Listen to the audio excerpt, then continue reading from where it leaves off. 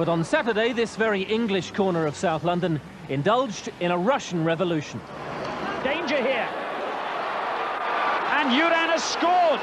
Sergei Yuran, striker for the Russian national team, and Vasily Kulkov, 45 caps, were about to add Millwall to a roll call of clubs, including Bobby Robson's Porto and Benfica.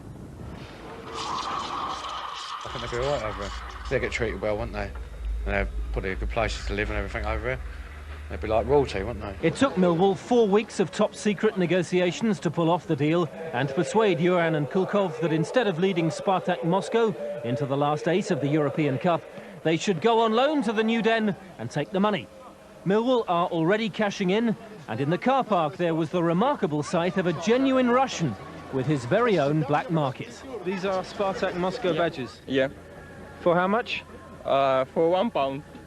Not expensive. I think they came here because Bobby Robson told them that we were a club with ambitions.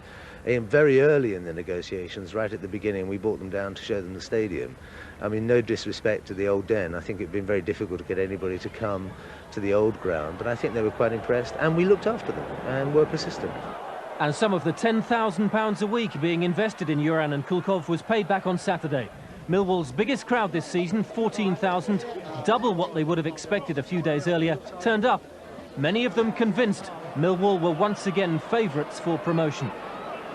Yet the side hadn't won in 10 games, and back home the Russians had played just once in 10 weeks. They were blameless spectators just 5 minutes in, as Port Vale's Steve Guppy made for the byline, and Martin Foyle turned in the cross. Kulkov, described as the Russian Baresi, roamed in front of the back four. Yuran was acclimatising rather better to the rough and tumble, and quickly discovering why Ginola, Cantona and the rest sometimes feel misunderstood. But Yuran won't be intimidated. He's nicknamed the Tank back in Russia, and it was his high-impact challenge on Paul Musselwhite that delivered the equaliser for Alex Ray. Yuran had his more subtle moments on the way to half-time, but Jason van Blurk wasn't the only Millwall player, not on quite the same wavelength. And come the second half, struggling Port Vale re-established control. This time Tony Naylor dispatched the cross.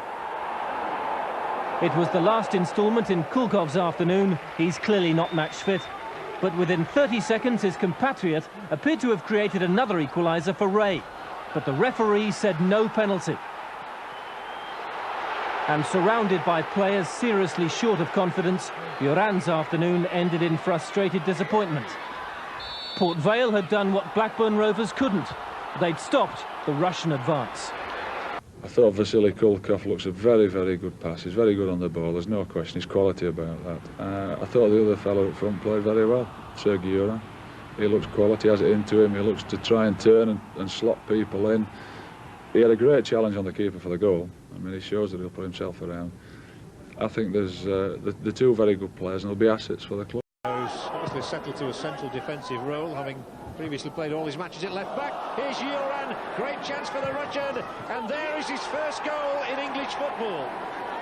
Sergei Yuran at long last registers for Millwall.